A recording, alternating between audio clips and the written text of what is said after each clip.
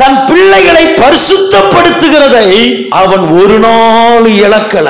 அவங்க ஒரு முக்கியமான நாட்கள் வரும்போதெல்லாம் இந்த 10 பிள்ளைகளும் அவங்களுக்கு இருக்கக்கூடிய 10 வீடுகளில ஒவ்வொரு வீடுகளிலும் விருந்து பண்ணுவார்கள். விருந்து பண்ணுகிற நேரத்துல ஒருவேளை என் பிள்ளைங்க கர்த்தரை அவமதிச்சிருக்க கூடாது, கர்த்தரை விரோதமா பேசியிருக்க கூடாது, ஒருவேளை பேசியிருந்தால் அந்த பிள்ளைகள் நடுவில் எந்த தேவ வேதனைகள் வந்துடக்கூடாது என்பதற்காக அந்த பிள்ளைங்க ஃபங்க்ஷன் பண்ணுவாங்க.